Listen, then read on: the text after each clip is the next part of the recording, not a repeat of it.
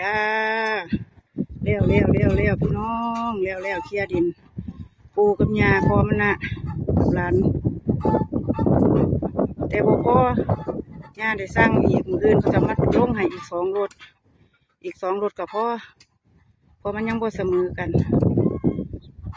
ปูแล้วก็ก้นเป็นร่องน้ำออกมาทางนี้เนาะเวลาฝนตกให้มันมีร่องน้ำออกมาทางที่เลี้ยวซะดินแล้วเหลือแต่เปิดน้ำใส่หันดินมันอยู่แต่ว่ากระดินก็อยู่เพราะว่าดินนั้นเก่าพอมันเท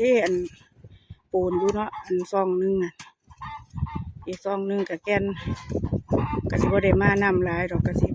พร้อมเทได้เลยเมื่อยบ่ปู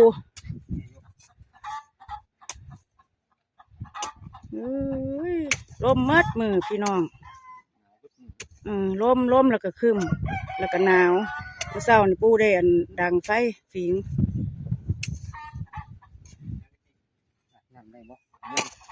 ฮะอาบน้ำเลยบ่แล้วโอ้ยอาบบ่ได้ก็นอนน้ำควายตอนนั้นแล้วตอนแรง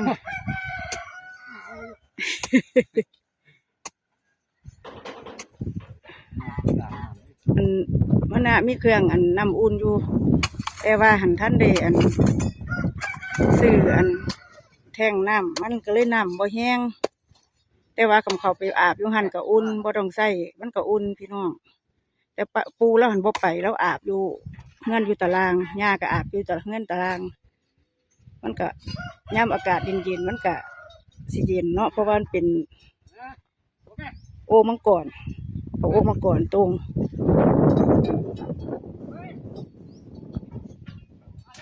หาแต่บ่าย2ควายขึ้นมามันหิวเฟืองแต่ว่าเฟืองหมดกินแล้ว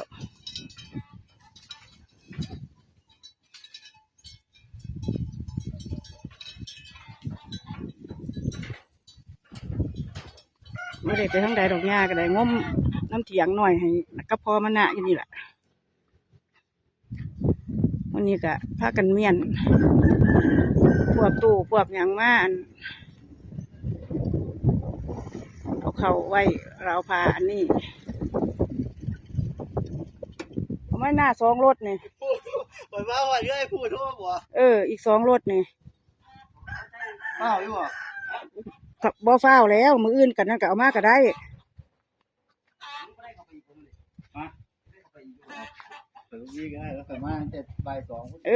มืออื่นก็แก้มาได้หรอวะหรือมือใด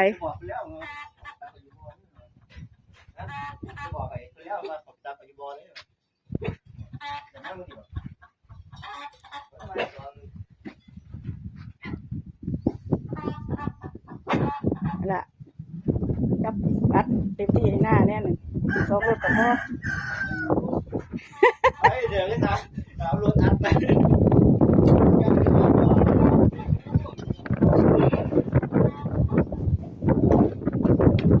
ก2 รถนี่กันนี่แล้วเนี่ยเขาจบไว้แล้วเขามีที่พักบ่อเขาพี่น้องเขาคนตกศาสตร์เขาวิ่งมองอยู่คือเก่าเนี่ยเป็นยังบ่ยังดีแล้วทั้งดี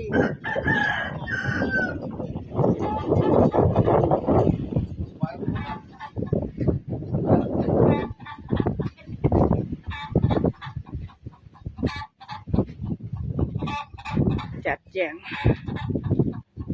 ล้มปิวนี่ละนาด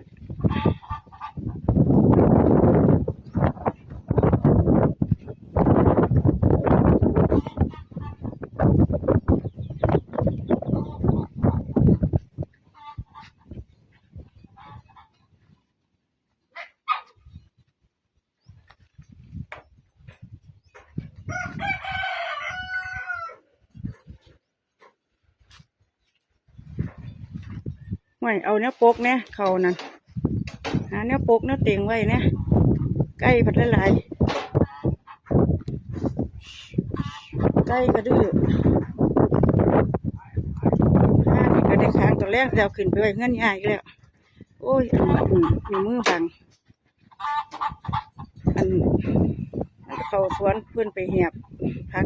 เดี๋ยวขึ้นไปค้างเงื่อนอีกแล้ว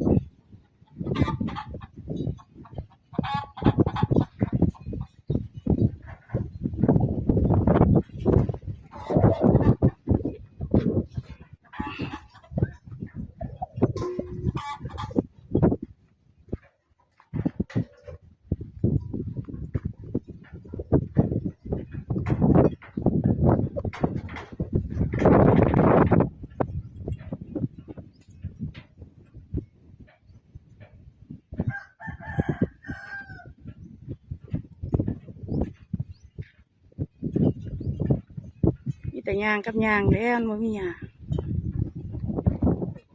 ไปผูกมันเลยเอาเชือกไปลามมันไว้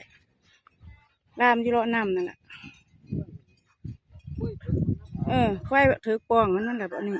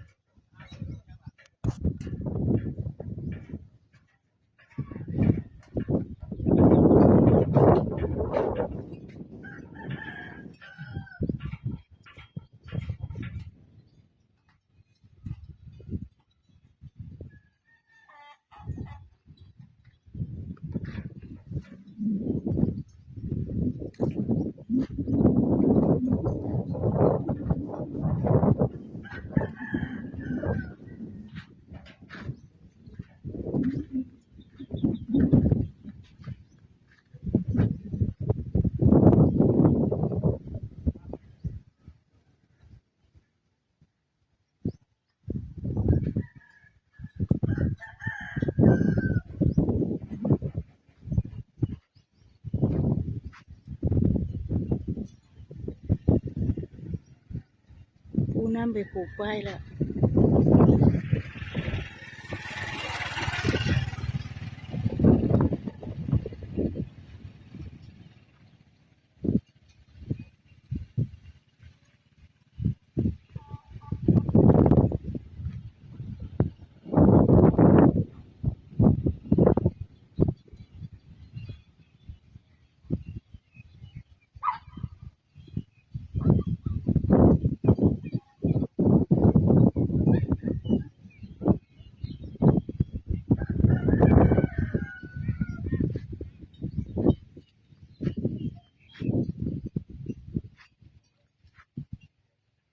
คลิปนี้ก็ฝากไว้ซ้ำนี้เด้อค่ะเด้ออย่าลืมกดไลค์กดแชร์หาแคทนะเด้อค่ะเด้อ